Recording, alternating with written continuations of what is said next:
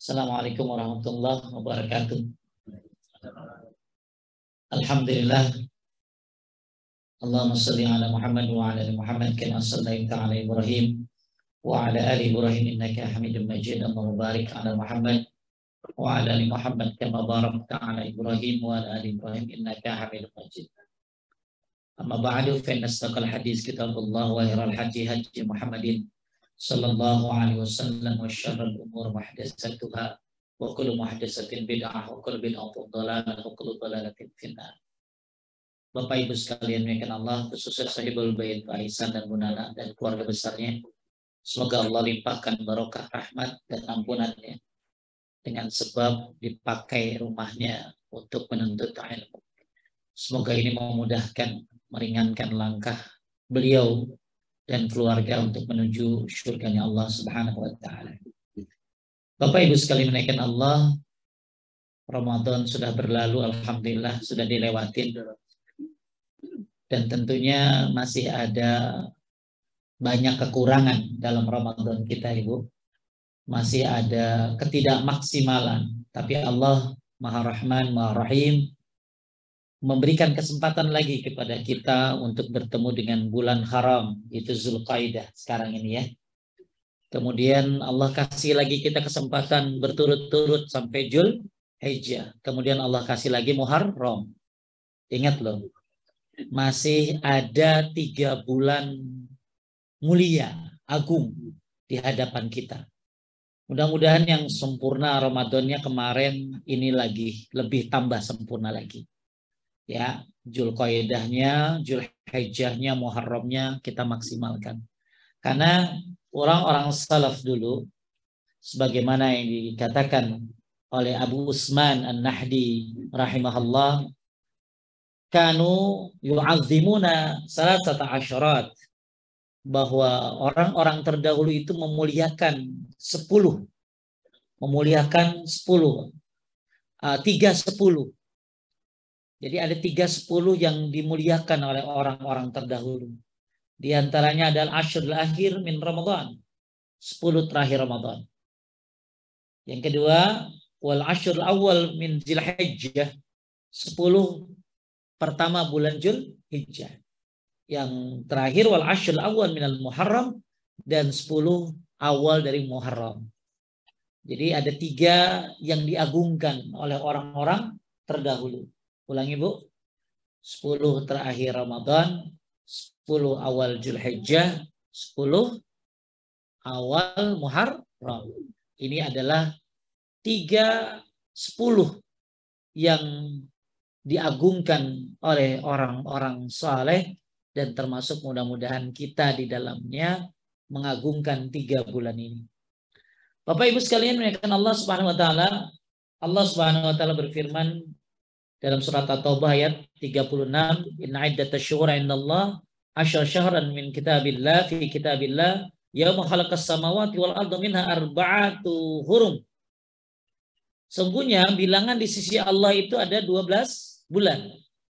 Dalam ketetapan Allah di waktu Dia menciptakan langit dan bumi, di antaranya ada 4 bulan haram. Jadi ada 4 bulan haram. Maka ini Nabi Shallallahu Alaihi Wasallam mengatakan, inna zaman, sungguhnya waktu itu berputar, qad istadar, kahayatihi yaumna khalaqallahu samawati wal ard. Sungguhnya waktu berputar sebagaimana keadaan kita ketika Allah menciptakan langit dan bumi, dan setahun itu ada 12 bulan, di antara bulan-bulan itu ada bulan haram, yang di bulan haram ini 3 bulan berturut-turut. Ada 3 bulan berturut-turut. Apa tadi? Zulqaidah, Zulhijjah, Muharram. Ya.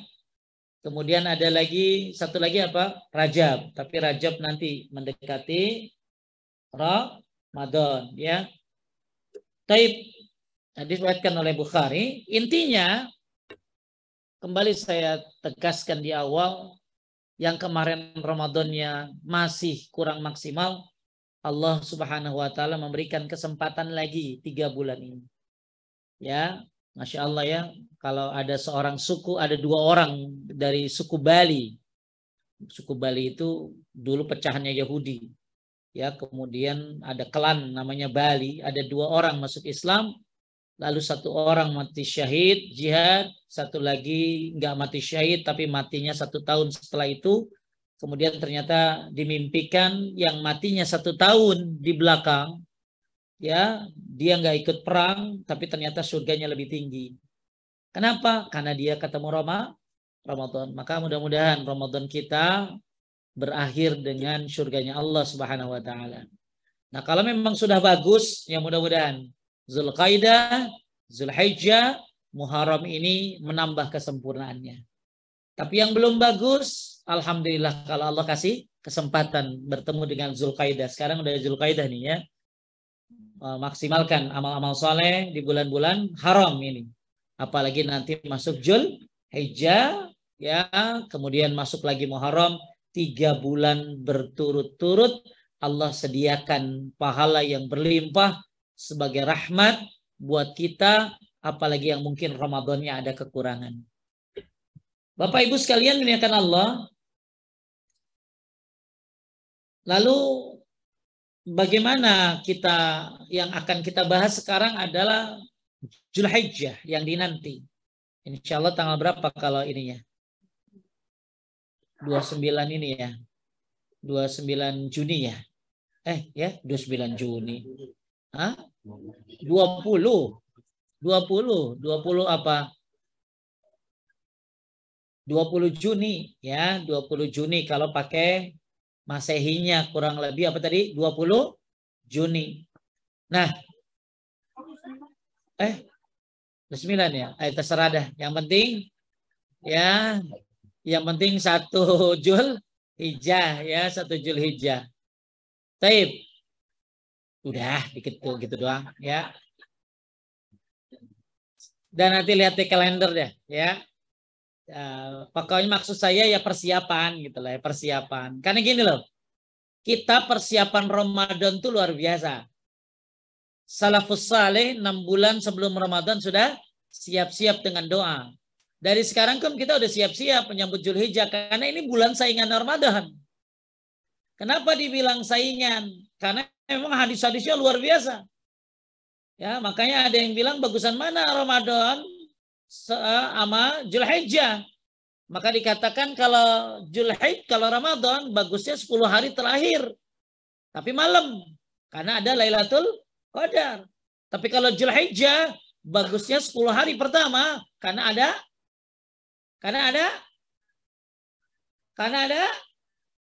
Arafah.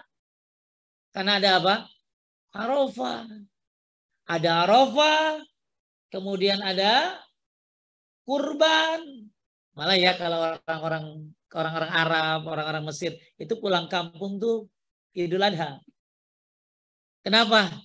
Karena takbirannya sampai tanggal 13 Zulhijjah kan? Bahkan takbiran dimulai dari tanggal 1 Zulhijjah sampai tanggal 13 nanti.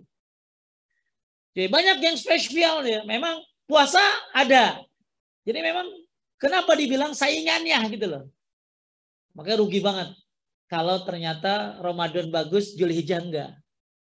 Maka mudah-mudahan ibu-ibu Ramadan bagus, Zulhijjah bagus. Tapi bedanya enggak ada bikin nastar, ya, enggak ada kata nabang.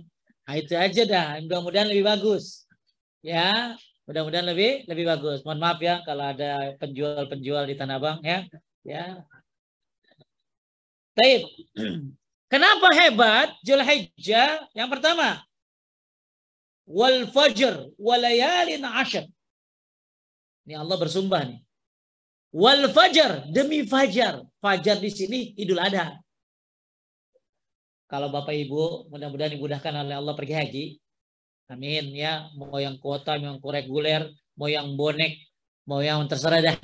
Ya, kalau mau pakai sepeda, ya kayak si Andi boleh tuh pakai sepeda gitu ya. Ya, baru nyampe Surabaya dijebol. Ya, mau yang pakai motor terserah dah. Kalau sempat nanti Anda mengikuti prosesi haji sesuai sunnah Nabi SAW, Anda akan mabit di Muzdalifah sampai subuh. Lihat apa yang dilakukan oleh para imam ketika sholat. Kan banyak tuh imam-imamnya. Karena di Muzdalifah yang nggak beraturan. Semua masing-masing bikin jamaah. Kebanyakan mereka semuanya baca surat rakaat pertama apa? Wal fajr, walayalin ashir, wasyaf'i wal watr, wal laili idza yasr, dan seterusnya. Kenapa? Karena memang hari itu hari Idul Adha. Tanggal berapa tuh? 10 Zulhijjah. Jadi Allah berfirman wal fajr, demi fajar. Fajar di sini apa? Maksudnya hari Idul Adha, walayalin ashir, dan demi hari yang 10. Ramadan nggak ada sumpahnya loh. Ramadan ada perintahnya. Tapi kalau sumpah ada untuk apa? Zulhijjah. Sampai bilang apa? Walayalin ashir.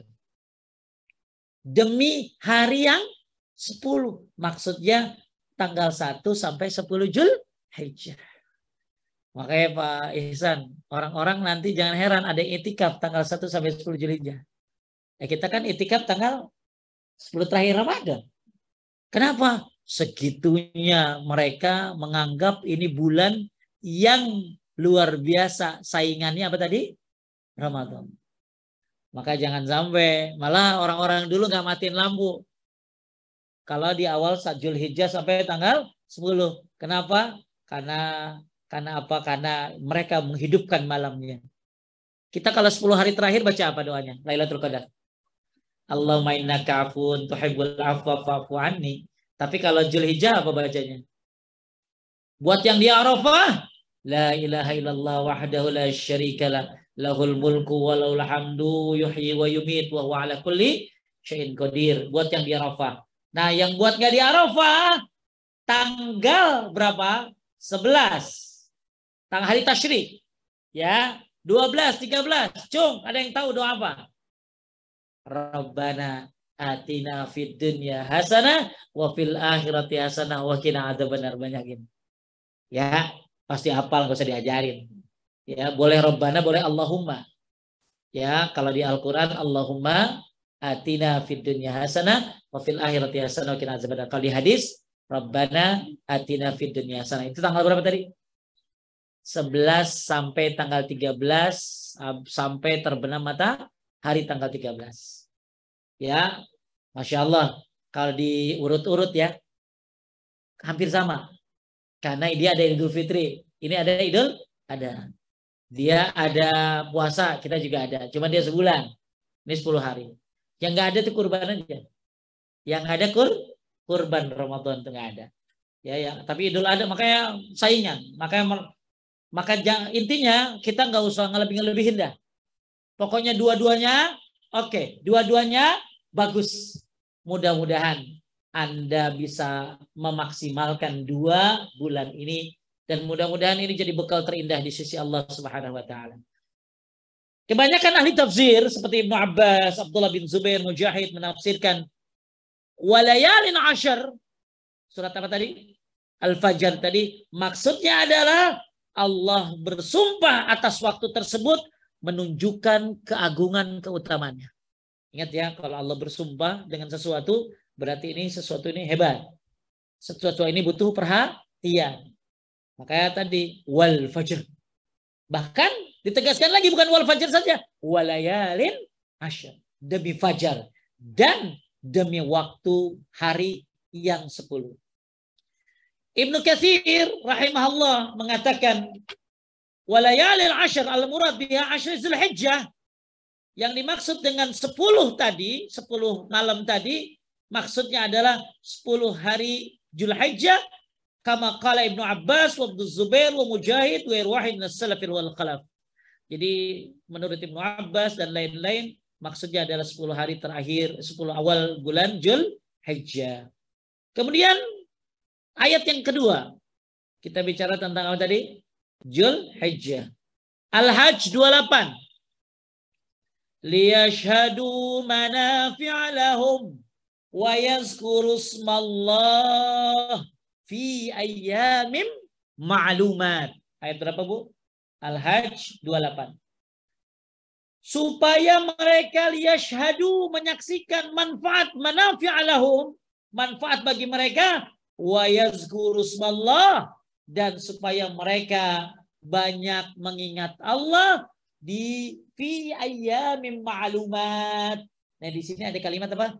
Fi ayyamin ma'lumat. Apa tuh? Ayyam artinya apa? Hari. Ma'lumat, hari-hari yang ditentukan, yang ma'lum. Ibnu Abbas mengatakan yang disebut ayyam ma'lumat adalah 10 hari pertama bulan Dzulhijjah. Kenapa kau pakai Ibnu Abbas, Pak Ustadz? Ibnu Abbas ini Masya Allah, lautan ilmu. Dan doanya langsung dari Nabi supaya jadi ahli tafsir. Nah, maka boleh tuh kita kalau punya anak, kalau punya cucu, ya doain sambil pegang di sininya, Pak Isan, di dadanya, atau sambil dipegang kepalanya. Yang saya baca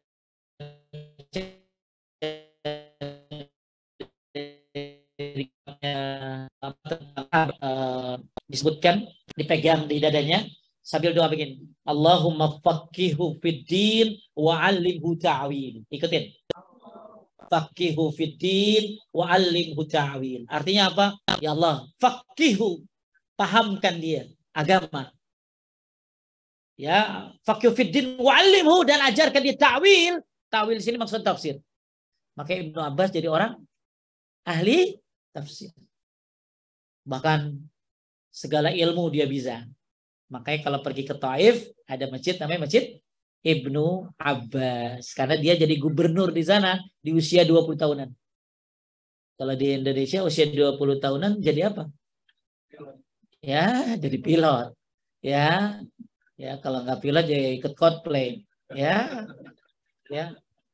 Tapi usia-usia dulu, Masya Allah, ya cemerlang banget, 20 tahun udah jadi gubernur. Itu Ibnu Abbas. Makanya kuburannya ada di sana dan masjidnya juga ada di Taif. Ya.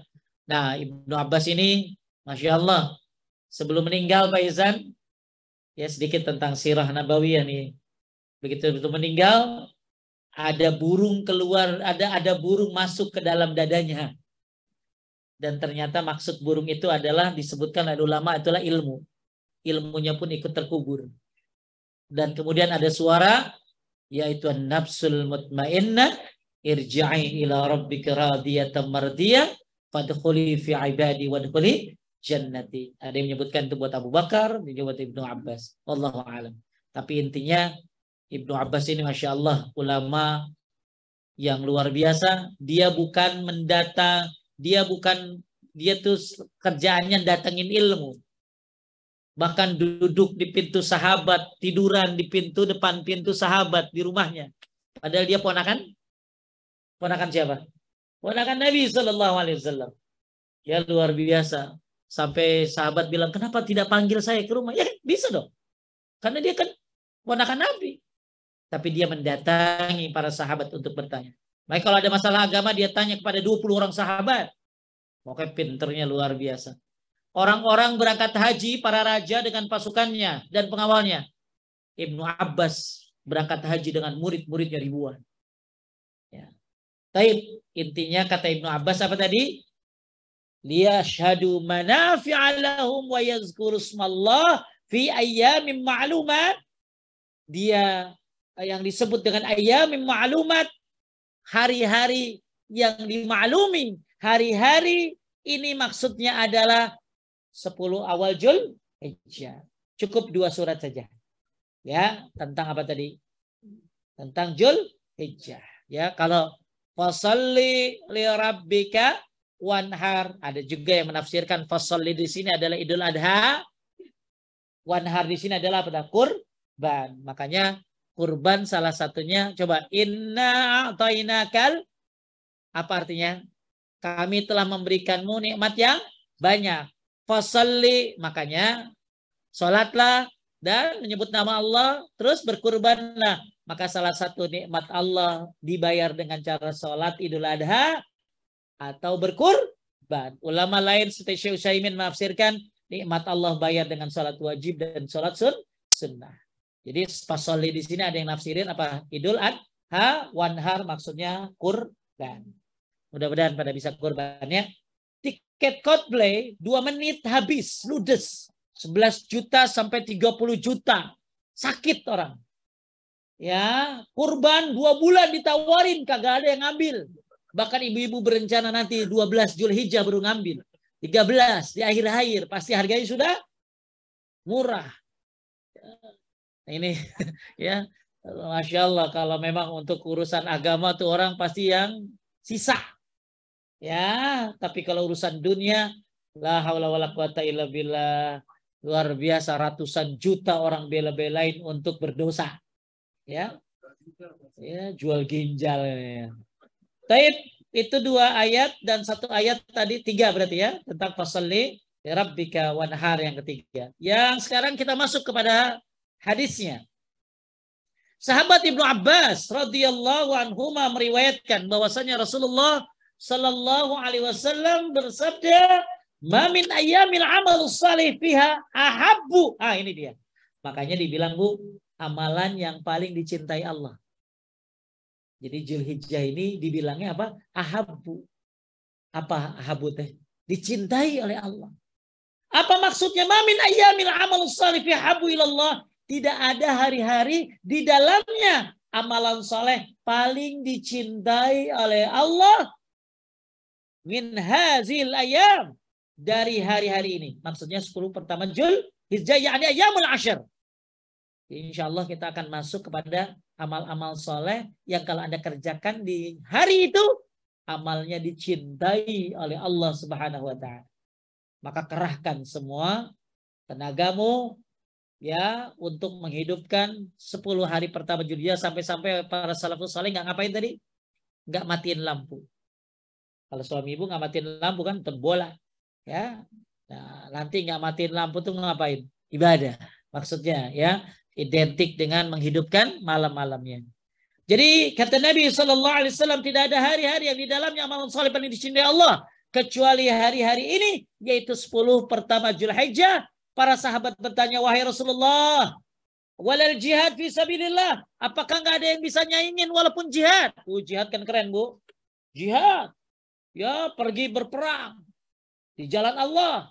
Apakah jihad juga nggak bisa nyaingin amalan di 10 hari pertama bulan Zulhijjah? Maka Nabi mengatakan, walal jihad fi sabilillah, walaupun jihad fi sabilillah juga nggak bisa ngalahin amal tanggal 1 sampai 10 Zulhijjah. Illa rajulun khaja nafsi walam yarji min zalika bi syai'in, kecuali dia pergi jihad bawa harta, bawa jiwanya dan enggak balik lagi. Alias mate di sana. Alias bawa harta, bawa jiwa, ikut perang jalan Allah, enggak balik lagi. Itu yang bisa sejajar dengan itu. Masya Allah, ini rugi kalau yang kagak tahu. Maka penting punya majlis taklim rutin. Walaupun Anda duduk di situ karena ada teman. Segitunya. Ya, orang, jadi ada zaman Nabi, ada orang datang ke majlis taklim, duduk bukan karena pengen taklim, karena ada temannya di situ. Dia ajak temannya yang duduk di situ tuh, yang karena temannya dia dapat berkah. Dapat keselamatan. Apalagi yang duduk benar-benar menuntut ilmu. Mungkin ke sini ada yang pengen makan lontong sayur, ya, atau ada yang pengen apa deh, terserah dah, ya. Tapi mudah-mudahan niatnya berubah, jadi menuntut ilmu, ya. Kan ya ibu-ibu kan banyak niat ya, kadang-kadang ibu mah sambil siapin dagang, ya. Apa malah kalau lagi di mana tuh ibu-ibu udah pada transaksi, untung dibanding masjid, kaos kaki ke apa. Ya, dan lain sebagainya. Wallahu a'lam. Itu hadis yang hadis yang diriwayatkan oleh Abu Daud, ya, Tirmizi, Ibnu Majah, dan disahihkan oleh Ibnu Hibban, dan juga disahihkan oleh Ibnu Khuzaimah. Dalam hadis Bukhari yang lain, dalam hadis Bukhari pun ada, ya, mal amal fi ayami afdal minha fi hadhi qalu wal jihad, qala wal jihad ila rajul khadha yuhatir bi nafsi wa mali falam yarji bi syai'. Ada hampir sama. Kata Imam Nawawi bikin kitab namanya apa, Bu? Riyadhus Shalihin. Sampai-sampai dia bikin bab ya, bab 226 judulnya apa? Keutamaan puasa dan ibadah-ibadah pada 10 hari pertama bulan Dzulhijjah.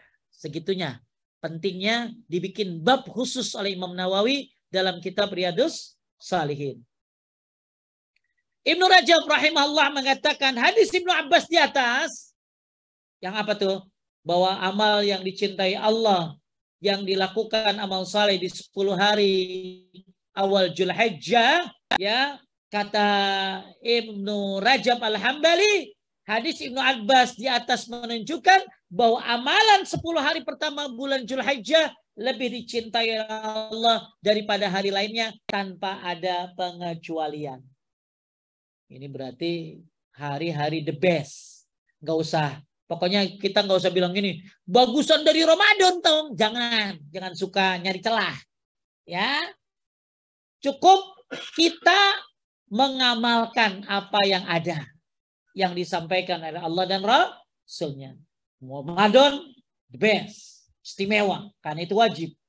Ya, tapi Dzulhijjah juga jangan dilewatkan, istimewa. Mudah-mudahan, ya, kalau ada 2 merek yang bagus, ibu punya dua-duanya kan alhamdulillah. Kemudian Imam Ahmad meriwayatkan dalam Mustadnya, ini hadis yang kedua. Ya, udah berapa dalil? Udah 3, 4 ya. 3 ayat, 1 hadis. Imam Ahmad meriwayatkan dalam Mustadnya dari Ibnu Umar bahwa Rasulullah SAW bersabda, "Ma min ayyam." Kalau tadi ahabbu ilallah, kalau ini enggak. "Ma min ayyamin a'zam." Apa a'zam artinya? Apa artinya? Agung.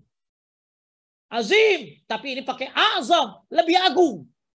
Kalau tadi apa? Amal yang dicintai oleh Allah. Kalau ini enggak. Ma min ayyamin azam illallah. Tidak ada hari yang lebih agung. Dan amal saleh yang dicintai oleh Allah. Walahabbu ilahi al-amalu fihinna min hazil ayyam al-ashr. Fa'aksiru fihinna min al-tahlil wa takbir wa tahmid. Tidak ada hari yang lebih agung. Dan amal saleh yang lebih dicintai Allah daripadanya melebihi 10 hari pertama bulan Dzulhijjah, maka perbanyaklah tahlil. Tahlilan, bukan tahlil. Kalimat la ilaha illallah. Takbir apa? Allahu akbar. Tahmid. Alhamdulillah. Ya, makanya nanti kita bahas lebih detail lagi. Gimana cara banyakin zikir di bulan Dzulhijjah ini. Ada macam-macamnya nanti. Ya, bukan hanya sekedar zikir, itu level TK itu. Nanti kita lebih ini lagi. Apa yang maksud zikir di sini apa aja gitu loh. Baik. Udah berapa? 5 ya. Kemudian jadi kalau tadi apa tadi? Mulia, agung. Terus kalau yang pertama tadi amalan yang paling dicintai oleh Allah, habbu. Nah, sekarang dalam hadis yang diriwayatkan oleh Abdullah bin Qurat radhiyallahu anhu berkata Rasulullah SAW, "Inna a'dhamal ayyam." Sungguhnya hari yang paling agung. Tuh. Makanya ada yang bilang, apa sih orang kampung suka bilang? Hari agung, hari raya agung. Ya, apa disebut raya agung apa? Kalau raya agung apa orang Sunda? Sebenarnya. Ya udah nggak usah pikirin ya. Jadi inna a'dhamul ayyam indallah tabaraka ta'ala yaumun nahar summa yaumul liqar. Sungguhnya hari yang paling agung di sisi Allah disebut dengan hari nahar. Apa hari nahar tuh? Hari nahar tuh apa? Wanhar tadi. Motongan. Wanhar. Ya, makanya ada orang kalau sholat begini, Bu. Wasalli, sholat wanhar. Dia begini sholatnya. Pernah lihat nggak? Karena bagus kalau pernah lihat ya. Karena dia menafsirkan wanhar itu apa? Sembelihan. Tapi akhirnya jadi begini dia. Ya, kalau ya namanya juga penafsiran, ya, penafsiran. Jadi fasalli, salatlah. Bi rabbika wanhar. Wanhar itu katanya sembelihan. Berarti salatnya tangannya di sini katanya. Padahal enggak seperti itu, bagusnya di atas dadanya. Ya. Kemudian jadi sungguhnya hari yang paling agung di sisi Allah adalah hari nahar. Hari nahar itu apa? Idul Adha. Berarti kalau Idul Adha masuk tanggal 10 Dzulhijjah. Kemudian baru disebutnya Yaumul Qar. Jadi kalau hari tasyrik itu dinamain Yaumul Qar. Apa artinya Qar? Hari tasyrik. Ya, tanggal berapa tuh? 11, 12, Kalau hari Idul Adha dibilang apa tadi? Hari nahar. Ya, ada yang bilang hari siang Pak Ustadz. Bukan. Hari nahar itu maksudnya hari Idul Adha. Qar yaumul qar berarti apa tadi? Tash. Kemudian bahkan ini dia kata Ibnu Rajab Al-Hambali dalam kitab Lataif Al-Ma'arif, ini menunjukkan bahwa amalan mafdul yang kurang utama jika dilakukan di waktu afdal untuk beramal, maka akan mengimbangi dan melebihi amalan afdal yang dikerjakan pada waktu-waktu lainnya karena pahala yang akan dilipat gandakan. Jadi gini, amalan-amalan biasa yang Anda kerjakan di tanggal 1 sampai berapa tadi? 10 Zulhijjah akan lebih utama dari amal-amal yang utama. Apalagi kalau itu amal utama dilakukan di bulan-bulan, di hari-hari yang utama, maka pahalanya akan dilipat gandakan. Misalnya, sholat qobliyah asar. Kan boleh kan? Ya, ibu kerjakan di waktu yang tanggal 1 sampai 10 Zulhijjah. Maka amal ini akan lebih hebat. Karena dilakukan di waktu-waktu yang hebat. Makanya Ustadz Yazid bin Abdul Qadir Jawas bikin kitab tentang Sunanul Hawliyah. Apa artinya? Sunnah-sunnah dalam setahun. Jadi ternyata amal itu supaya gede, supaya amal itu hebat, itu bukan hanya amalnya bagus, tapi cari waktunya. Nah, salah satu waktu yang bagus kita buru, kita tunggu-tunggu, bahkan amalan biasa jadi luar biasa, apalagi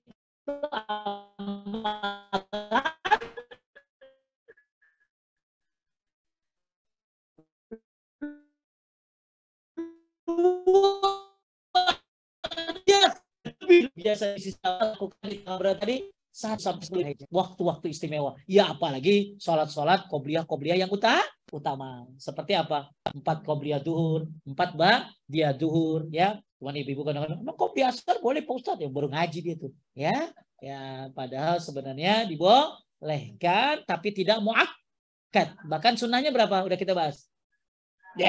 Sebelum asar boleh berapa? 4. Rahimallah rajulan yusalli qablal ashri. Allah merahmati orang yang sholat sebelum asar 4 rakaat. Apa maksud saya nerangin begini, Bu? Maksud saya mau itu sunnah yang muakkad atau yang tidak muakkad, selama ada dalilnya kerjain. Apalagi di bulan-bulan haram. Apalagi di tanggal 1 sampai 10 Zulhijjah. Paham? Qobliyah maghrib muakkad tidak? Muakkad tidak? Tidak. Yang muakkad apa? Ba'diyah maghrib. Tapi kerjain aja nanti. Kalau bisa ya kita kerjain tiap hari. Apalagi dikerjakan di tanggal-tanggal Zulhijjah. Paham, Bu? Qobliyah isya tidak muakkad. Tapi yang muakkad apa? Ba'diyah isya. Lebih bagus lagi dikerjakan di hari-hari yang istimewa. Jadi ya kayak Ramadan aja. Paham? Jadi mudah-mudahan ibu menyambut ini persis kayak menyambut Ramadan. Karena para sahabat Nabi tidak pernah membedakan antara yang wajib dan yang sunnah dalam pelaksanaan. Tapi mereka tahu hukumnya. Mereka tahu itu hukum sunnah. Tapi ngerjainnya udah kayak yang wajib. Kenapa? Mereka orang-orang yang fastabikul khairat. Mereka orang-orang yang yusari'una fil khairat. Mereka orang-orang yang kalau beramal itu bersegera. Tapi mereka tahu ini hukumnya sunnah. Tapi pelaksanaannya Masya Allah. Ya, taib. Itu kata Ibnu Rajab. Amalan yang biasa jadi apa tadi? Luar biasa kalau dilakukan. Ya ibu-ibu kan ngucapin apa sih? Sayang sama suami kan biasa. Tapi begitu luar biasanya kalau pas marahan kan. Wow, kesel ngucapin ya. Terus suami yang merasa benar kan jadi senang tuh. Karena dilakukan di saat-saat genting gitu loh. Ya. Itu hanya intermezzo saja ya. Terus itu kata siapa tadi? Ibnu Rajab. Amalan biasa jadi luar biasa. Kata Al-Hafiz Ibnu Rajab dalam kitabnya Fathul Bari. Nah sekarang tampaknya mengapa 10 hari Zulhijjah diistimewakan? Adalah karena kata beliau pada hari-hari tersebut merupakan waktu berkumpulnya ibadah-ibadah. Seperti apa? Salat. Ada salat Idul Adha. Terus kemudian di tanggal 1 sampai 9-nya ada puasa. Kemudian ada lagi sedekah. Apa sedekah di sini? Maksudnya apa? Kurban. Ada lagi yang lebih hebat yang ada di bulan lain apa? Haji. Bahkan haji, umroh yang terbaik itu umroh di bulan Zulhijjah walaupun gak haji. Cuman gak bisa masuk. Ya, mungkin orang-orang Arab bisa tuh yang tinggal di mana? Sekitar Mekah, mereka bisa ngapain? Bisa umroh walaupun karena haji harus pakai izin. Sekarang jangan mentang-mentang lu tinggal di Mekah lu gampang izin, gampang haji enggak, ketangkep dipulangin. Ya, jadi sekarang katanya orang-orang Indonesia yang ada di Mekah, di Madinah itu kalau mau haji dia harus beli surat. Suratnya kalau pakai rupiah bisa 60 jutaan. Ya, bahkan saya pernah nanya sama orang yang tinggal di Madinah, dia pergi haji ngantri 5 tahun.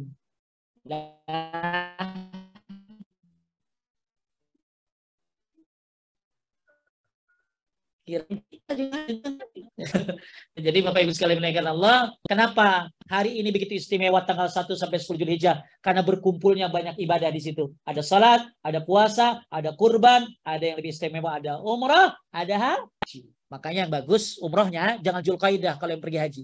Kan banyak yang awal-awal nih, udah berangkat kan? Reguler pada berangkat kan? Ya, itu bagusnya di Madinah aja lah main. Ya, karena masih Zulqaidah. Nanti begitu masuk ke apa tadi? Zulhijjah tanggal 1 baru dia ngapain? Baru umrah. Umrah untuk haji tamattu. Baru masuk hotel transit. Kalau dia bisa ngatur. Kalau kagak ngatur ya ikut keadaan aja dah. Udah bagus berangkat gitu loh ya. Taib. Itu kata Ibnu Rajab. Ya, intinya kalau ada yang bertanya mana yang afdol, apakah 10 terakhir Ramadan, apa 10 pertama bulan Zulhijjah, maka Ibnu Qayyim rahimahullah menjelaskan jika dilihat dari waktu malamnya maka 10 terakhir Ramadan lebih utama jika dilihat waktu siangnya. Maka 10 hari pertama bulan Zulhijjah lebih utama. Jadi Ramadan akhir bagusnya malam karena ada Lailatul Qadar, Zulhijjah bagus siangnya karena ada Arafah. Taib. Kemudian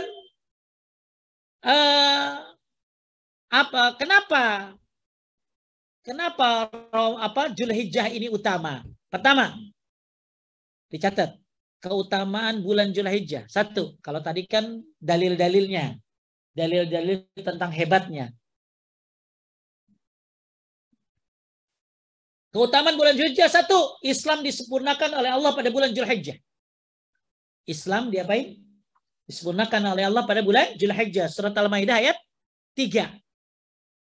Yauma akmaltu lakum dinakum wa atmamtu alaikum ni'mati wa raditu lakum Islam madina. Para ulama sepakat bahwa ayat tadi, surat apa tadi? Al-Maidah ayat 3 turun di bulan Zulhijjah pada waktu haji wada di Arafah. Ya, itu turun di mana? Di bulan Zulhijjah pada waktu haji wada di hari Arafah. Ya. Bahkan ya Umar bin Khattab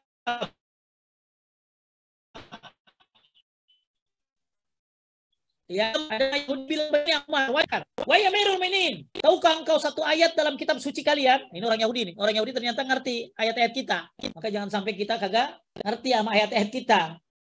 Wahai Amirul Mukminin, tahukah engkau satu ayat dalam kitab suci kalian yang kalian baca yang jika seandainya ayat itu turun pada mereka, maksudnya orang Yahudi, ya, maka itu akan kami jadikan turun ayat itu sebagai hari raya.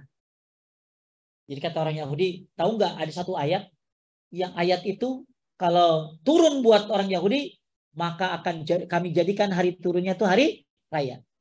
Ya, Umar berkata, ayat apakah itu? Kata orang Yahudi, al-yauma akmaltu lakum dinakum wa atmamtu alaikum ni'mati wa raditu lakum Islam madina. Masya Allah. Sampai-sampai orang Yahudi pengen menjadikan apa tadi? Hari raya. Saking apa tadi? Luar biasanya ayat tersebut. Maka Umar pun mengatakan, sungguh kami telah mengetahui di mana ayat itu. Ayatnya doang. Kata Umar, kami telah mengetahui di mana ayat itu turun. Ayat itu turun pada saat Nabi sedang di Arafah di hari Jumat lagi. Hadis diriwayatkan oleh Bukhari. Insyaallah. Makanya kenapa Zulhijjah istimewa? Karena Islam disempurnakan oleh ayat Allah menyempurnakan di hari apa tadi? Jumat, Arafah di bulan Zulhijjah. Kedua, kenapa Zulhijjah istimewa? Karena puasa Arafah adalah kekhususan untuk umat Islam.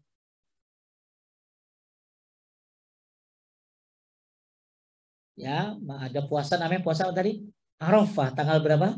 9 Zulhijjah. Kata Nabi, "Shaum Asyura yukaffiru sanat al-madiyah wa shaum Arafah yukaffiru sanatain al-madiyah wal mustaqbal."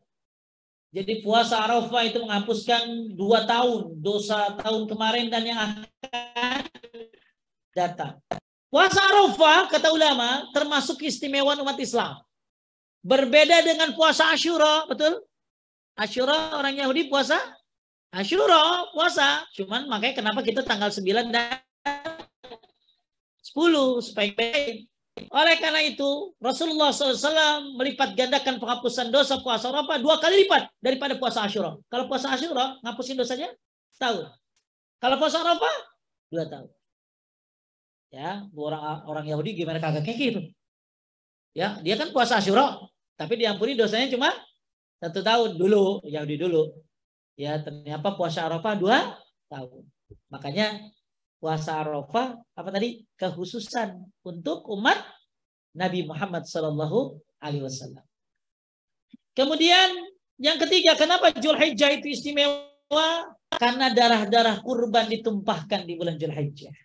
Banyak sekali orang yang berkurban di bulan Zulhijjah. Tapi sayang, nanti akan datang suatu masa di mana orang akan berbangga-bangga dengan kurban. Nah, hati-hati nih, nanti saya kasih tahu nih.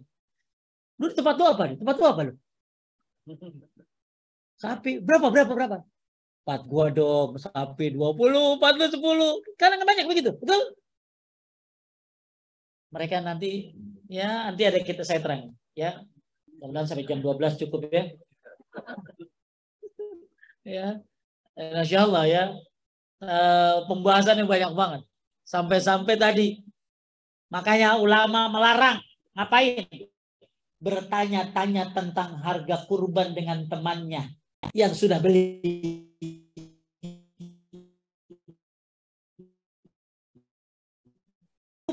Stres. Ibu-ibu kan suka kebiasaan begitu. Kayak haji, di Cengkareng udah nanya sama sebelahnya, travel mbak berapa?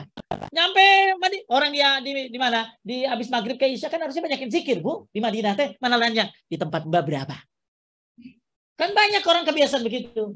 Tinggalin kebiasaan nanya yang membuat Anda jadi stres. Berarti gak ikhlas dong. Ini ibu nih, saya tekanin nih. Ya, nanti kita akan bahas. Ya, taib. Kenapa istimewa Zulhijjah? Karena darah-darah kurban diapain?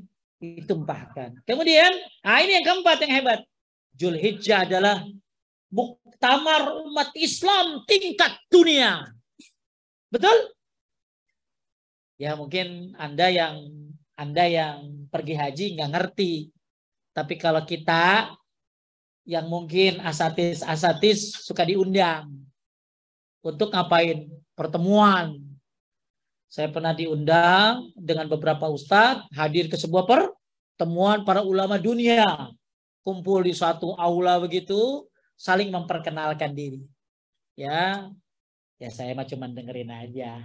Ya paling pojok di pintu. Ya intinya ternyata ada pertemuan begitu. Ngumpul.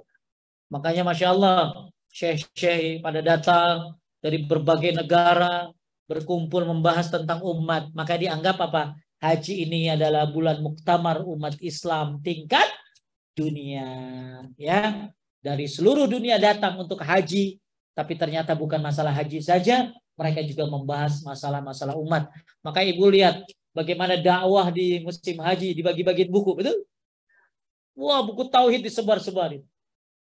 Ya orang awam datang, nah yang rada-rada suka ngomong begini, hati-hati tuh Wahabi tuh bukunya, Wahabi bukunya, gitu ya, dan lain-lain sampai ya ada ambil aja, ya jangan dibaca, astagfirullah, ya dakwah Quran dibagikan saat itu, nah, inilah muktamar Islam tingkat dunia pada hari itu. Taib, itu hebatnya Zulhijjah berarti ada berapa tadi? 4, ya, di atas 1000 dah, berapa di atas 100 ya. Taib sekarang kita masuk kepada, boleh minta air panas nih, air panas gitu.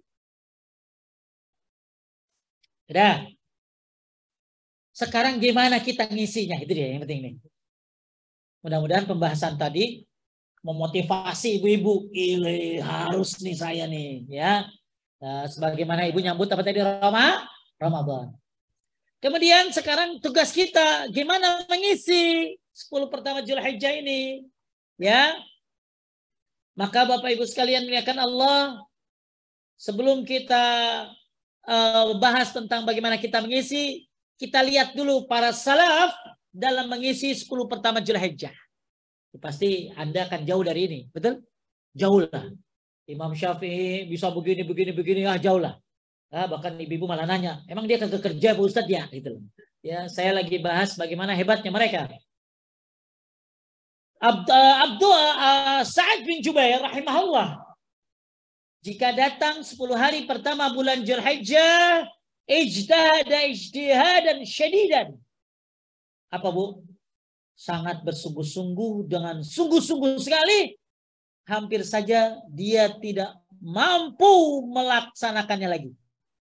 Jadi begitu sungguh-sungguhnya ibadah tanggal 1 sampai 10 Zulhijjah. Sampai-sampai Sa'id bin Jubair kecapean. Saking banyaknya ibadah. Ya. Sa'id bin Jubair juga mengatakan, ini boleh ibu tulis di status tuh.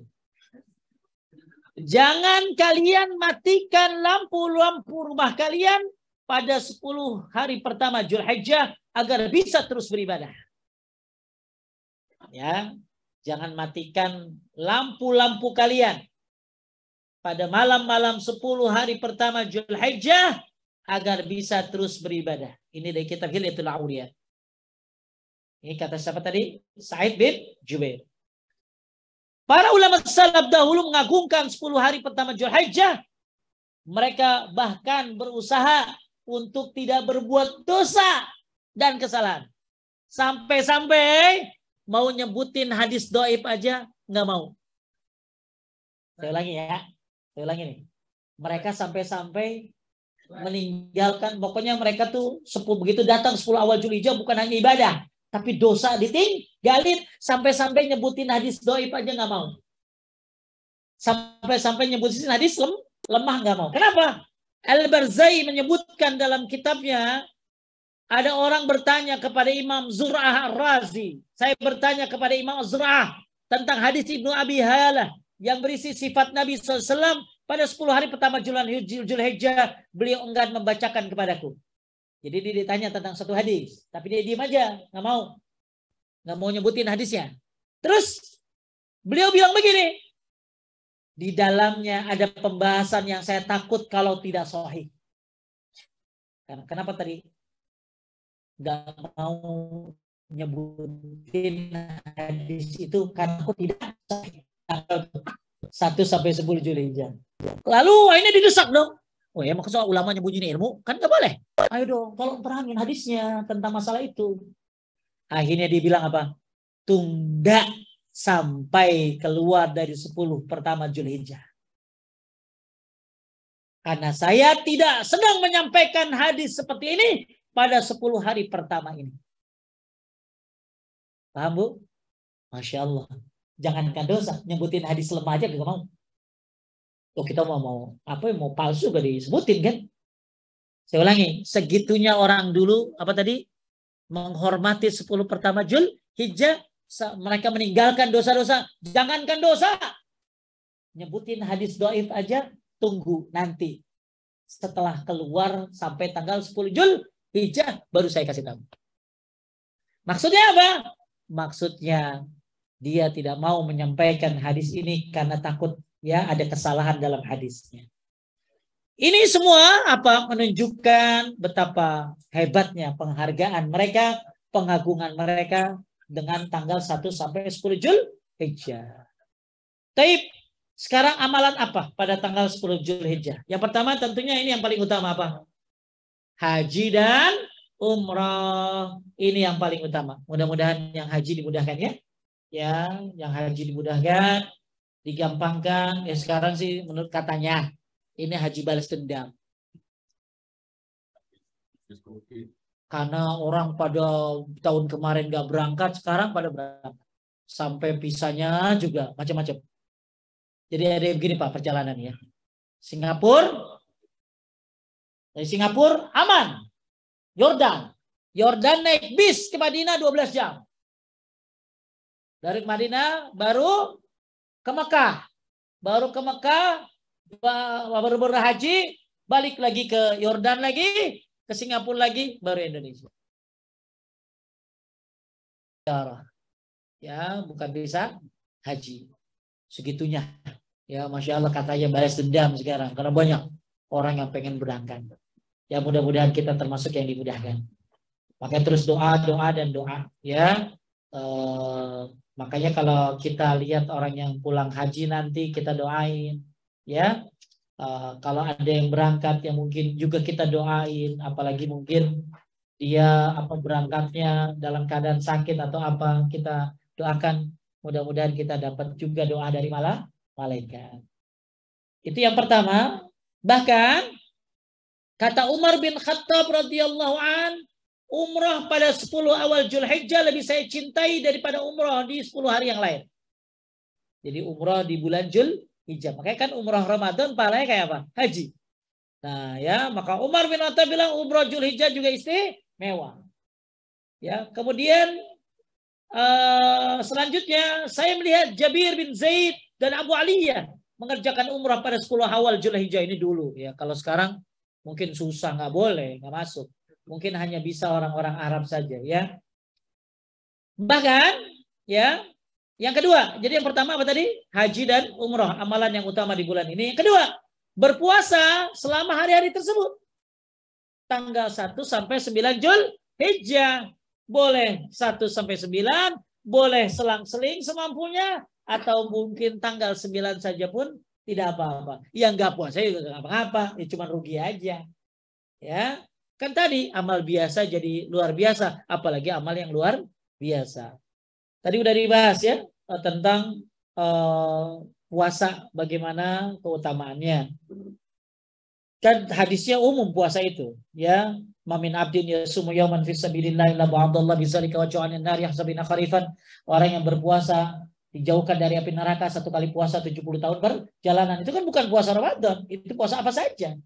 Makanya puasa itu ya dalil-dalil tentang Ramadan ada bersifat khusus, tapi yang umumnya banyak. Ya, di antara dijauhkan dari api neraka. Kemudian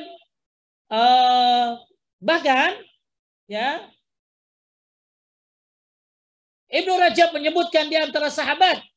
Jadi Nabi berpuasa 9 hari. Kata siapa?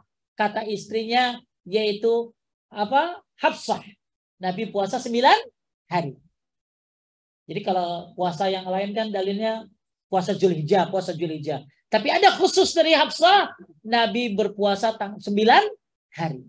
Maka yang puasa 9 hari, Nabi contohkan. Bahkan di antara para sahabat yang melakukan puasa 9 hari, di antaranya apa? Sahabat yang mulia Ibnu Umar radhiyallahu anhu. Kemudian juga Muhammad bin Sirin, ya, berpuasa 9 hari. Laith bin Abi Sulaim mengatakan Mujahid biasa berpuasa 9 hari pertama bulan Zulhijjah. Isa bin Ali bin Abdullah bin Abbas, siapa? Cucunya Ibnu Abbas. Dia pun berpuasa 9 hari bulan Zulhijjah.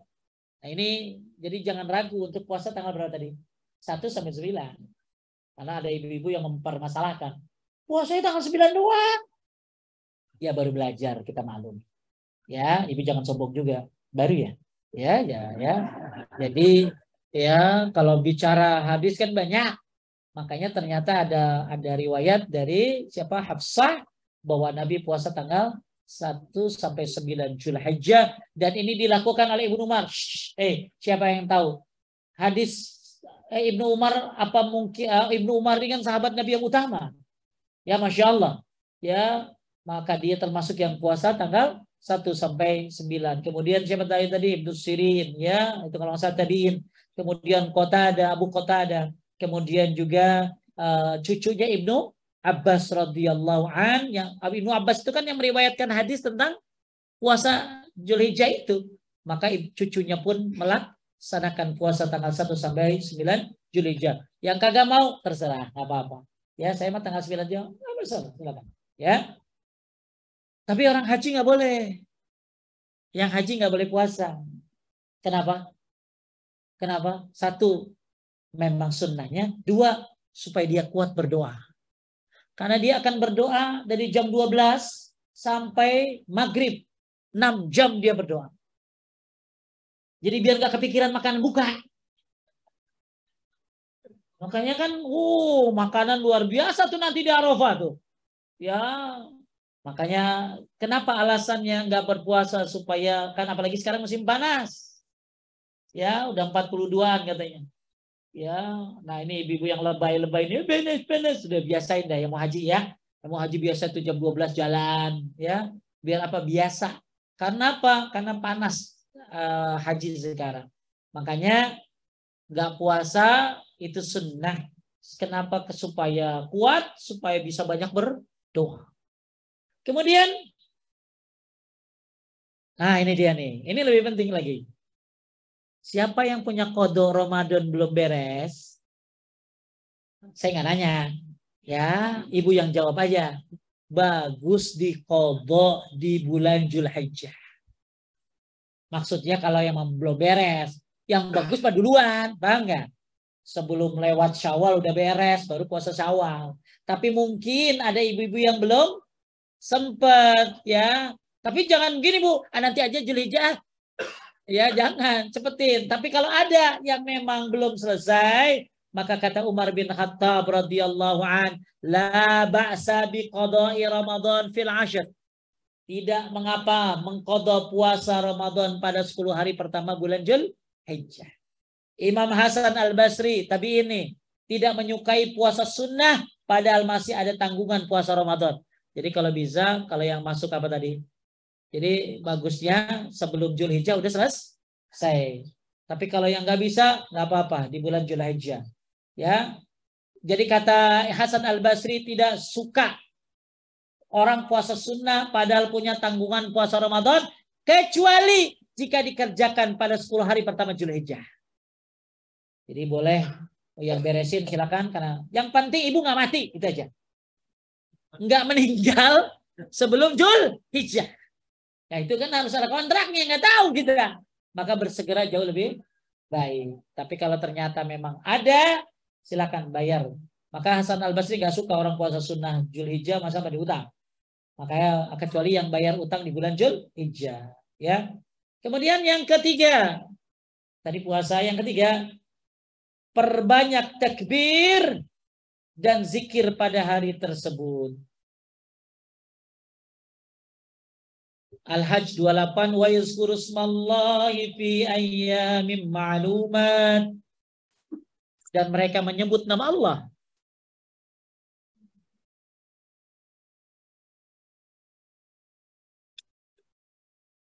kata Nabi SAW, fa'aksiru fihinna minat tahlil wa takbir wa tahmid. Perbanyak pada hari itu tahlil, takbir dan tahmid. Kemudian kata Imam Bukhari menuturkan bahwa Ibnu Umar, Abu Hurairah radhiyallahu an keluar ke pasar 10 hari tersebut seraya mengundangkan takbir, orang pun mengikuti takbir. Malah mereka takbir di pasar. Ini indahnya Islam ketika itu. Takbiran di mana aja biasa. Sampai-sampai Ibnu Umar dan Abu Hurairah datang ke mana? Ke pasar.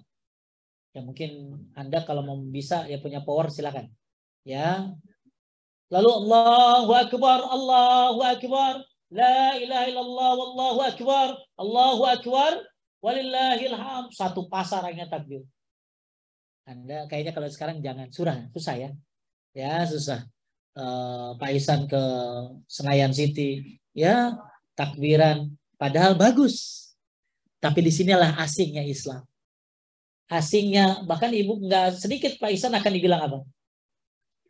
Iya, akan dibilang wah, ya sesat nih orang. Masya Allah. Padahal ini termasuk sunnah. Makanya Mbak, Bu, takbiran dah di mobil, di mana-mana. Ya. Sabit Al-Bunani menceritakan bahwa orang yang mengundangkan takbir pada 10 pertama. Bahwa orang-orang mengumandangkan takbir pada 10 hari pertama bulan Zulhijjah. Gimana takbirnya? Kata diriwayatkan dari fuqaha tabi'in, mereka mengucapkan, jadi jangan heran kalau ada orang Allahu Akbar, Allahu Akbar, boleh 2, boleh 3 ya. La ilaha illallah, Allahu Akbar walillahil hamd. Dulu kan disangkain takbir gini lebaran doang. Padahal ini boleh dari tanggal berapa tadi? 1 sampai tanggal 13 Zulhijjah, dimanapun, kapanpun, kecuali tempat yang nggak boleh kamar mandi. Nah kalau yang apa? Ini namanya takbir apa? Ini namanya takbir mutlak. Saya ulangi, ini namanya takbir apa? Mutlak dari tanggal 1 sampai tanggal 13, habis sampai asar. Habis asar sampai terbenam matahari. Tapi kalau takbir muqayyad itu tanggal 9 nanti. Salat subuh. Bapak-bapak, khususnya pengurus masjid, tanggal 9 habis sholat subuh, berarti hari Arafah tuh. Allah, imam kadang-kadang suka lupa. Ingetin tuh, ya Pak Isan dan pengurus ya. Begitu imam lupa, langsung. Jadi jangan zikir dulu. Jadi jangan astagfirullah, enggak. Allah, assalamualaikum warahmatullahi wabarakatuh. Allahu akbar, la ilaha illallah, Allahu akbar. Sendiri-sendiri aja. Allahu akbar walillahil hamd sampai selesai. Puas, baru baca astagfirullah. Itu tanggal berapa tadi? 9 Zulhijjah habis sholat subuh sampai 13 Zulhijjah habis asar. Itu disebut dengan takbir muqayyad. Apa? Takbir muqayyad. Ya, kalau takbir kan takbir mutlak. Di mana-mana, kapan aja dari tanggal 1 sampai 13 Zulhijjah. Di mana-mana. Ya, kecuali tempat yang dilarang kamar mandi. Ya, tapi enggak kalau habis sholatnya spesial. Tanggal berapa tadi? 9 Zulhijjah habis subuh sampai 13 Zulhijjah habis asar, ya. Kemudian dianjurkan mengeraskan suara ketika bertakbirnya. Walitukabbirullah ala mahadakum sebagaimana Al-Baqarah 185. Kemudian ada sedikit pembahasan bagaimana tentang masalah zikir.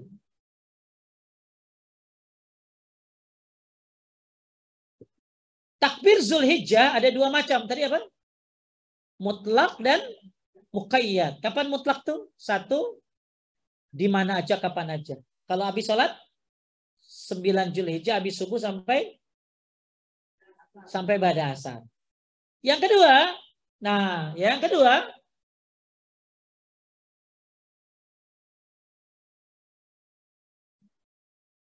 kedua itu cara bertakbir sebentar. Diriwayatkan kalau tadi kan takbir apa tadi muqayyad, ya bahwa Umar dulu bertakbir setelah salat subuh tanggal 9 Zulhijjah sampai setelah zuhur pada tanggal 13 Zulhijjah. Nah, ini kalau ini habis zuhur nih.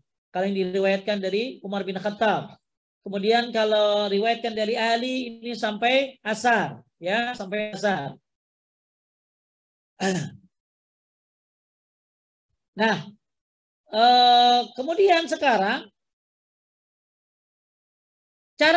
kalau tadi kan takbir yang biasa, yaitu takbir yang Allahu Akbar, Allahu Akbar.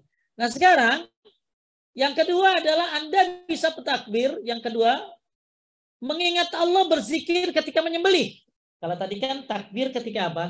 Jadi kita lagi bahas sekarang bagaimana cara zikir, cara berzikir atau cara takbir di tanggal 10 Zulhijjah. Yang pertama, setiap tadi takbir mutlak dan takbir tadi muqayyad. Nah, yang kedua, mengingat Allah dan berzikir ketika menyembelih. Jadi buat yang apa? Buat yang motong, bacanya apa? Bismillah, terus Bismillah Allahu Akbar. Itu maksudnya. Jangan lupa, nggak baca Bismillah. Ya itu parah tuh. Tapi kalau jangan lupa juga baca apa tadi? Allahu Akbar, karena hari nahar. Karena hari penyembelihan. Ya. Kullu ayyamit tasyrik zubha. Kalau hari tasyrik itu hari penyembelihan, ya. Baik. Jadi yang kedua, cara bertakbir dan berzikirnya adalah ketika apa tadi? Ketika menyembelih kurban dilaksanakan pada hari tasyrik, ya, sampai hari tasyrik selesai. Nah, kalau bisa nyembelih sendiri. Ya, tapi saya pernah ya ada bapak-bapak Masya Allah. Dia setiap tahun dia DKM masjid, imam masjid. Setiap tahun itu bisa nyembelihin orang. Bisa sampai 40-an katanya. Tapi yang bikin saya kecewa apa? Kita kan bilang, mantep Pak, hebat banget. Ya kita paling membeli cuma 3, 4. Itu juga udah gantian. Dia bisa 40. Tapi tiba-tiba dia bilang begini, ya kuat sih Pak, padahal udah aki-aki. Iyalah, saya kan sebelum nyembeli saya minta dulu tolong sama wali-wali, sama ya, ya Allah ya Rahman, amalnya bagus tapi nggak dilandasi dengan tauhid. Ternyata dia minta tolong sama yang udah mati, sama wali-wali. Saya kalau mau nyembeli dia minta tolong. Pak, sia-sia ada tuh kayak begitu ya. Nah ini makanya yang nyembelih nanti akan banyak apa takbir, akan banyak menyebut nama Allah. Bismillah, Allahu Akbar. Kemudian yang ketiga, cara berzikirnya adalah dengan, nah ini dia, membaca basmalah sebelum makan dan hamdalah setelah makan. Insya Allah ini di rutinitas. Khususnya hari-hari tasyrik. Maksudnya apa? Rasulullah Sallallahu Alaihi Wasallam bersabda, Inna Allah Azza wa Jalla yardu anil abdi ayyakul al-aklah fa yahmaduhu alaih wa yashrubu syurba fa yahmaduhu alaih. Allah itu ridho terhadap hamba yang makan sesuap makanan. Kemudian dia memuji Allah. Bismillah. Lalu dia minum seteguk air dan memuji Allah dengan baca Bismillah.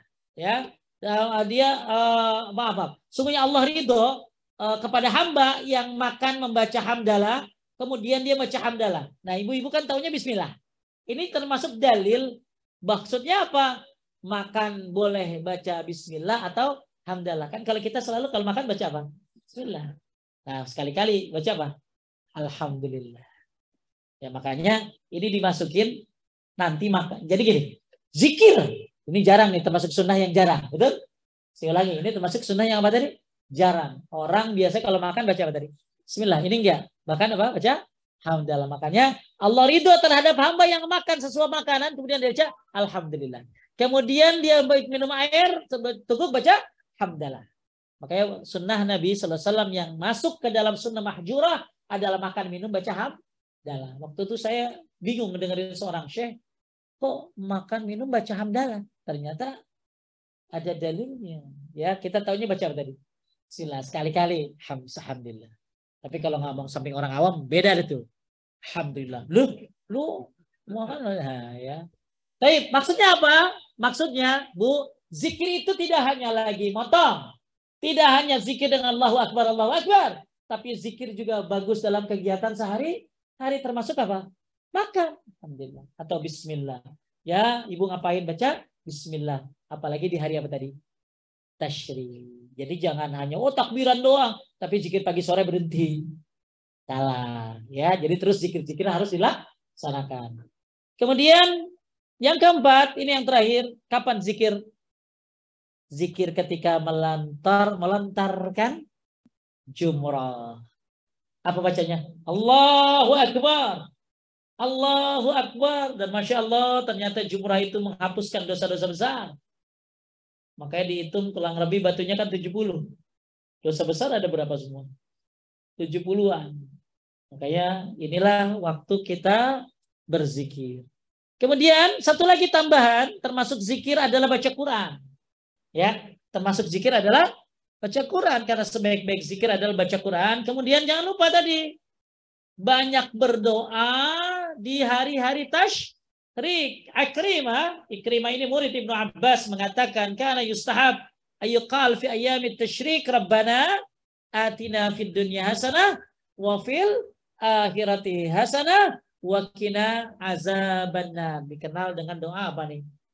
Sapu jagat. Ya, jadi perbanyaklah Bapak Ibu sekalian yang Allah di hari-hari 10 Zulhijjah, ya, berzikir silakan yang tadi. Nah, untuk hari tasyrik kata Ikrimah bagus baca Rabbana atina fid dunya hasanah wa fil akhirati hasanah wa qina azabannar, sebagaimana Nabi sallallahu alaihi wasallam ya mengatakan karena aksar doa Nabi sallallahu alaihi wasallam, kata Anas bin Malik, Nabi itu banyak doanya Allahumma Rabbana atina fid dunya hasanah wa fil akhirati hasanah wa qina azabannar. Maaf kalau di hadis Allahumma Rabbana atina, kalau di Quran Rabbana atina fid dunya hasanah wa fil akhirati hasanah wa qina azabannar.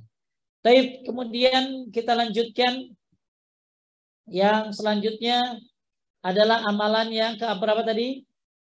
Setelah Yang keempat, tadi kan yang pertama haji, kedua apa? Puasa.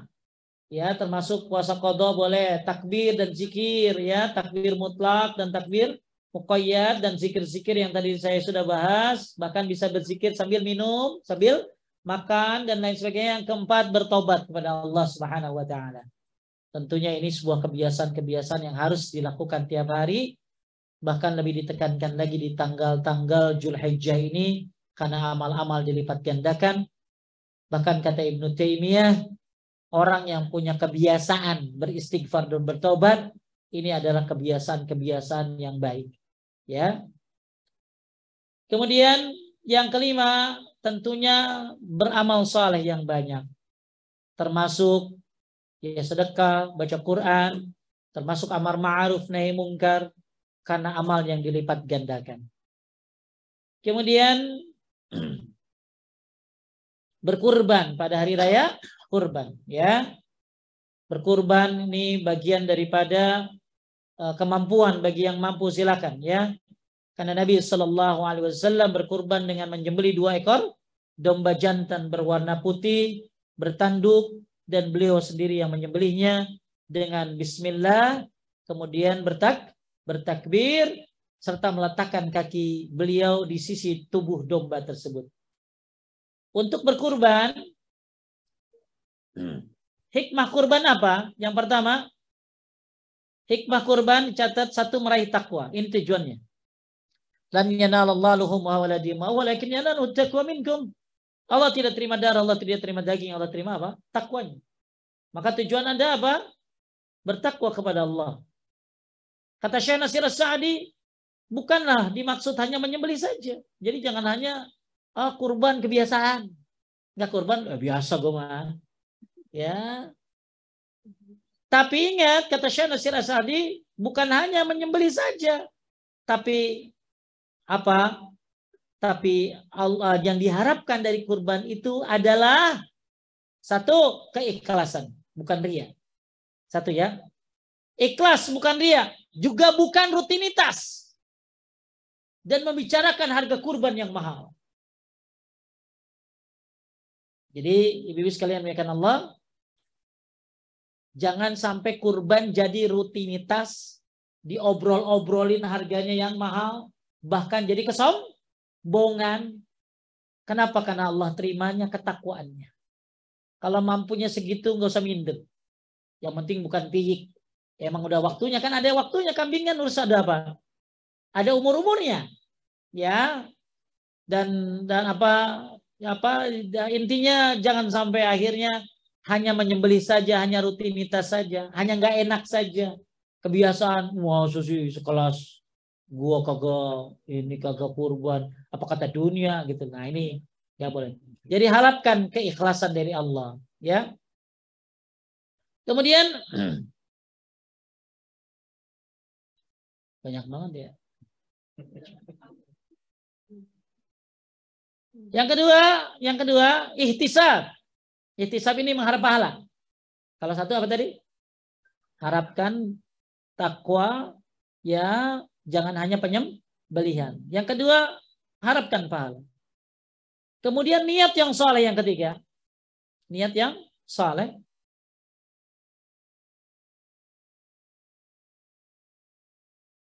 Kemudian lakukan kurban dalam rangka bersyukur yang keempat. Yang kelima, niatkan menghidupkan ajaran Nabi Ibrahim alaihissalam, ya.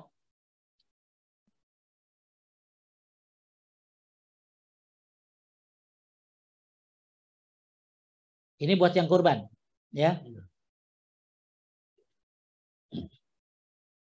Kemudian kriteria hewan kurban. Bagus. Nah, ini tukang kambing jangan sampai denger nih, ya. Warna putih, campur hitam dan bertanduk.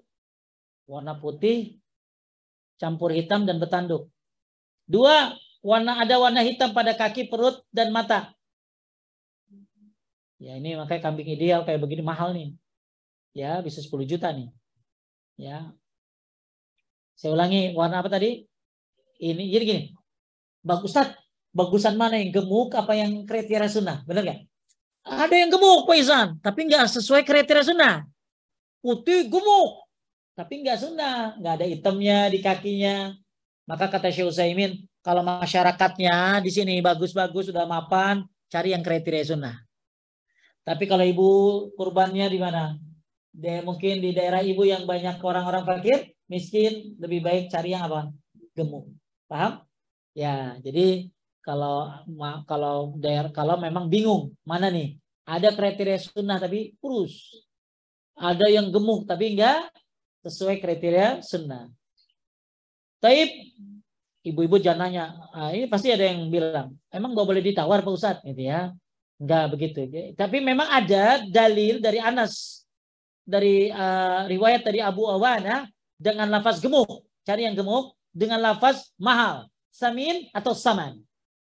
Samin gemuk, saman mahal. Jadi memang bukan nggak boleh ditawar. Yang pasti harganya apa tadi? Mahal. Kalau mampu, ya. Kalau nggak mampu ya nggak boleh ayam, ya. Jadi ya, dan harus ada hewannya harus jelas kan, nggak boleh kuda, ya. Mentang-mentang punya kuda atau apa. Jadi ya memang apa? Sapi kerbau masih dibolehkan, ya. Kerbau ada yang membolehkan. Terus apa ya, kambing jelas lah, berbagai macam kambing termasuk onta. Tapi kayak yang ideal tadi, ya ada idealnya. Cuman kalau apa tadi, bagusan mana Pak Ustadz, apa tadi, ideal sesuai sunnah tapi kurus, atau gemuk tapi tidak sesuai kriteria sunnah, maka sesuai daerahnya, ya. Kemudian selanjutnya yang keberapa Bu? Yang kan 3 tadi kan udah. Yang kelima ya. Terakhir apa tadi? Baik. Kemudian berkurban. Kemudian nomor 8. Nomor 8. Terserah nomor berapa aja. Tidak mencabut atau memotong kuku dan rambut bagi orang yang hendak berkurban. Ya, ya kalau saya ngambil Komite Fatwa Saudi Arabia dan ulama-ulama seperti Syekh Utsaimin, Syekh bin Baz, ini bukan kembali ke kambing, tapi kembali ke orang yang mau berkurban. Jadi masuk kambing, pedikur, dan lain-lain. Jadi ini kembali kepada yang mau berkurban. Idza ra'aitumul hilal Dzulhijjah wa arada ahadukum ayyudhahi falyamsik an sya'rihi wa adfarihi. Jika kalian melihat bulan Dzulhijjah salah seorang dari kamu ingin berkurban, maka hendaklah menahan diri dari motong rambut dan kukunya. Jadi misalnya kita mau berkurban nanti dari tanggal 1 sampai 9 Dzulhijjah sampai kambingnya disembelih, nggak boleh ngapain? Nggak boleh motong kuku. Makanya ini tugas suami saja. Dan biasain kurbannya untuk satu keluarga. Tapi yang berkurban adalah pencari nafkah. Pencari nafkah di sini maksudnya siapa? Suaminya. Ya, jadi suami, ya, bukan berarti yang kurban gilir istri besok, kemudian istrinya lagi besok, ya, atau anaknya atau apa. Itu memang ya ulama banyak yang la aslah, tidak ada asalnya. Tapi intinya dibolehkan, tapi tidak afdal. Jadi yang afdal cukup berkurban siapa? Suaminya. Sebagaimana Nabi berkurban, dan istri-istri Nabi kan gak ada yang berkurban. Tapi yang berkurban cukup Nabi Shallallahu Alaihi Wasallam. Maka yang tidak boleh mencabut kuku dan rambutnya siapa? Suaminya. Ya, sampai disembelihnya kurbannya. Kemudian yang selanjutnya sholat Idul Adha, ya, sholat Idul Adha. Kemudian jangan lupa di hari tasyrik banyakin terus ibadah kepada Allah, berdoa, ya, apalagi dengan Rabbana Atina dan amal-amal saleh lainnya. Selesai pembahasan tentang Dzulhijjah. Semoga menjadi motivasi buat semuanya.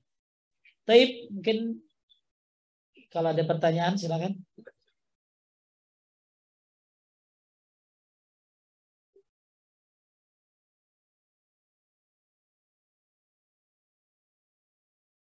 Ibu nggak ada? Ya. Di belakang tuh.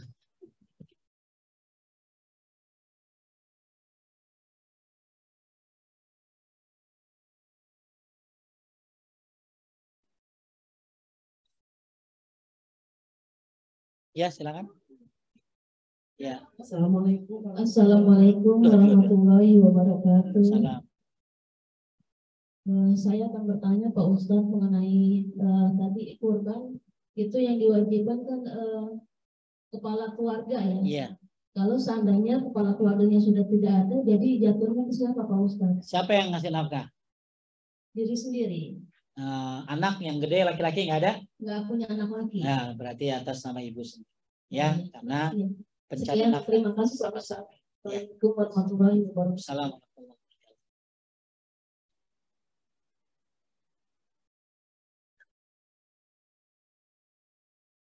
Ada lagi ibu tadi? Ya, silakan.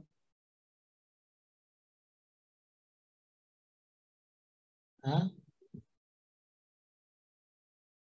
Udah kedengaran kali.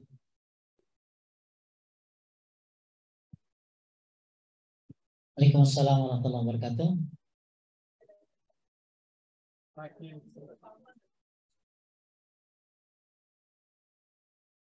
Ya.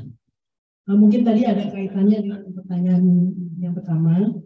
Nah, kalau dalam satu keluarga, misalnya, ya kita sebagai orang tua sudah pensiun, kita memiliki anak, semua sudah bekerja, berkeluarga. Nah, kalau misalnya kita ingin berkorban bersama, ya masing-masing anak karena sudah bekerja dan mempunyai penghasilan, nah itu bagaimana Pak? Kurbannya masing-masing itu kalau rumahnya sudah? Ya kalau misalnya ingin berkurban sapi, kalau kambing mungkin Ya. bisa ya tadi yang disebutkan. Baik, jadi gini, kalau mau kambing, jadi gini, keluarga tuh keluarga kecil. Misalnya anak berapa? 9. Sudah pada kerja, punya rumah masing-masing, maka dia kepala rumah tangganya berkurban untuk keluarganya. Ya. Terus kemudian lain lagi kalau dalam satu rumah. Kalau dalam satu rumah semuanya, maka kepala rumah tangganya boleh berkurban satu saja buat seluruh yang ada di situ. Tapi bukan berarti dua nggak boleh, boleh dua. Atas yang penting atas nama kepala rumah tangga. Misalnya saya, ya saya boleh berkurban 3. Semuanya atas nama saya pribadi. Paham Bu? Ya, jadi, nah sekarang gimana kalau misalnya pengen kurban sapi? Nah sapi kan boleh untuk berapa orang? Bukan 7 orang, 7 kepala rumah tangga, paham nggak? Jadi anak ibu berapa nih? Misalnya gini, kambing anak ibu berapa? Anak ibu berapa? 4. Berarti suami kan 1. Berarti suami atau 1. Anak ibu 4, yang laki-laki kan udah berumah tangga semuanya. Dia berarti 4, 5. 2 lagi siapa? Bisa cari orang lain atau 1 orang udah saya 2 ambilnya. Ngerti nggak? Jadi suaminya jadi berapa tadi? Misalnya 3. Saya ngambil 3 gitu. Jadi pas berapa? 7. Jadi enggak harus satu sapi itu 7, maksimal 7 keluarga. Tapi kalau itu pada saat penyembelihan disebutkannya semuanya namanya disebutin kan 7 orang kan. Ya. Jadi gini. Jadi satu sapi saya bisa atas sama satu sapi. Ya. Jadi nggak harus satu sapi itu berapa tadi? 7 keluarga. Jadi saya 1. Tapi nggak boleh atas nama PT ya. Atau apa nama partai nggak boleh. Ya ini kurban dari partai enggak. Jadi kurban atas nama perorangan. Tapi kalau misalnya anaknya 4, 5 sedangkan sapi kan 7. Boleh ngambil berapa? 2 jatah. Boleh ngambil 3 jatah. Oh ternyata yang kurangnya 5. Ambil 5 jatah boleh. Maksimal berapa tadi? 7. Ya untuk sapi. Tapi kalau kambing nggak boleh ber-7. Dan nggak boleh patungan ya kambingnya. Kan ada di sekolah-sekolah tuh. 50.000 buat itu bukan kurban. Itu namanya nyate. Ya. Itu bukan kurban. Kurban itu 1 orang atas nama 1. Kalau mau kasih hadiah hibah dari buat gurunya. Ya udah ini hibah nih buat guru. 1 orang tapi ya kepala misalnya ada gurunya laki-laki. Nah dia kurban atas nama keluarganya. Kita yang ngasih dapat pahala hadiah. Paham? Jadi jangan sampai Bu pahala kurban nggak dapat karena satu kelas kurbannya. Ya, satu kelas jangan, itu nggak dapat pahala kurban. Tapi kalau mau hibahin aja. Ya, itu solusinya. Solusinya hibahin ke gurunya satu orang, ya, nanti dia nyembelih atas nama keluarga dia. Baik, ada lagi? Ya. Silakan belakang. Bismillah. Assalamualaikum warahmatullahi wabarakatuh, Pak Ustaz.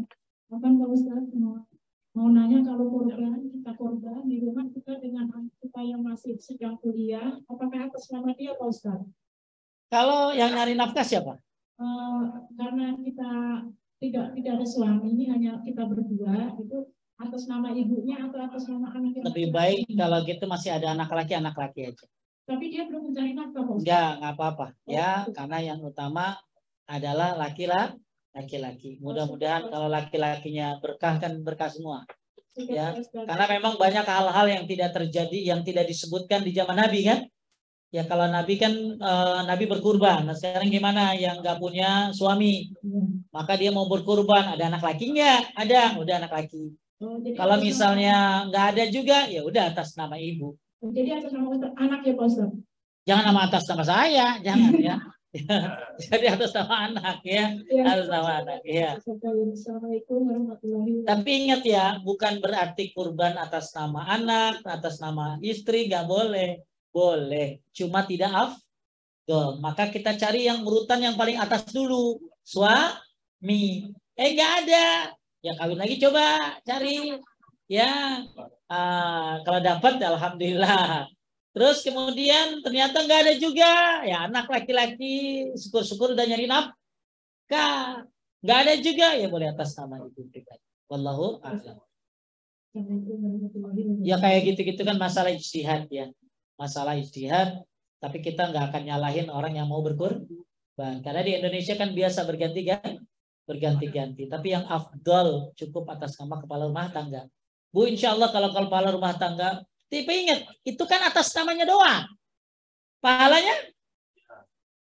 Ini kurban atas namaku dan pahalanya untuk seluruh keluargaku. Jadi ibu-ibu tetap dapat pahalanya. Sampai-sampai yang mati pun dapat. Makanya nggak usah atas nama mayit, paham nggak? Biasanya mayit-mayit ini keluar namanya kalau pas Idul Adha sama pas pemilu.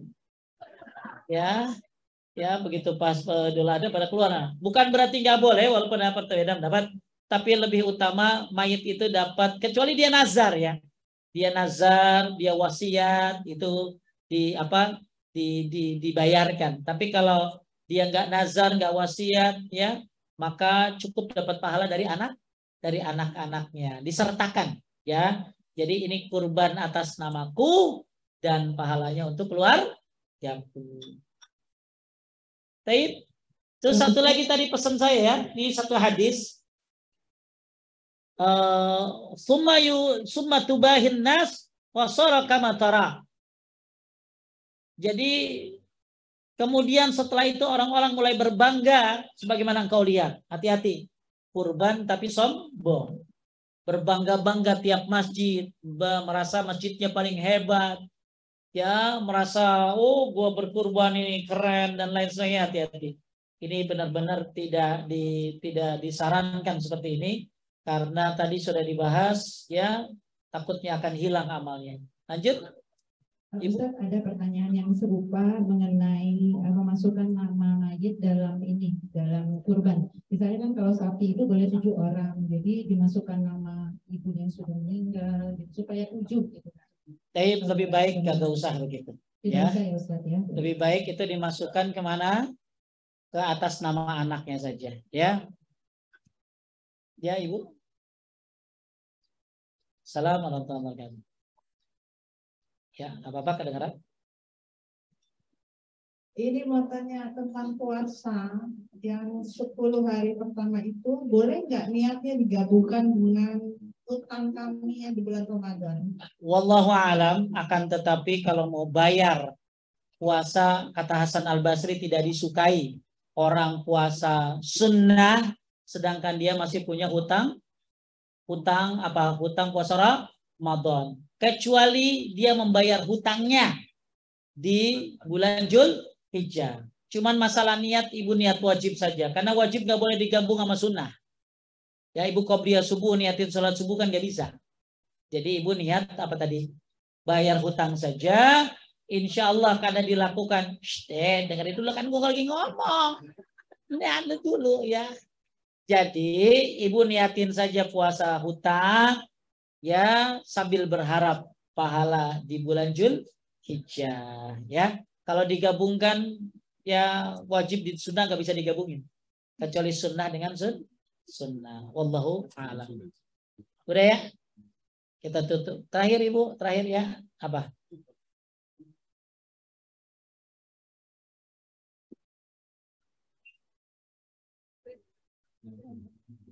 Ya nggak apa-apa, tapi lebih bagus cukup atas nama suami, lebih afdal. Ya lebih baik atas nama suami saja yang utama, yang afdal. Ya bukan berarti ibu bilang nggak boleh ya, nggak. Tapi yang utama atas nama suami itu yang lebih utama. Ya takutnya nanti apa grade-nya jatuh jadi. Ya lebih baik atas nama suami. Kalau dia mau dua, semua dua-duanya atas nama suami. Ya karena istrinya kagak ngaji. Coba kalau istrinya ngaji. Ya karena dia nggak ngaji, akhirnya dia ini buat nanti jadi dua-duanya, tiga-tiga, empat-empatnya atas nama suaminya boleh. Ya, ya. Mudah-mudahan bermanfaat. Kita tutup dengan doa kifaratul majlis. Subhanaka Allahumma wa bihamdika asyhadu an la ilaha illa anta astaghfiruka wa atubu ilaik. Ya, saya juga sekalian pamit mungkin ya. Insyaallah saya juga ada bimbingan tanggal 19 Dzulhijjah saya akan berangkat. Doa dari Anda atas keselamatan, keberkahan dan mudah-mudahan dimudahkan semuanya. Karena untuk visa-visa furoda ini tetap belum keluar. Saya bimbing kuota dan furoda, mudah-mudahan dimudahkan urusannya dan kita saling mendoakan insya Allah. Ya, taib itu saja. Mohon maaf kalau ada kesalahan kurangan. Barakallahu fikum. Assalamualaikum warahmatullahi wabarakatuh.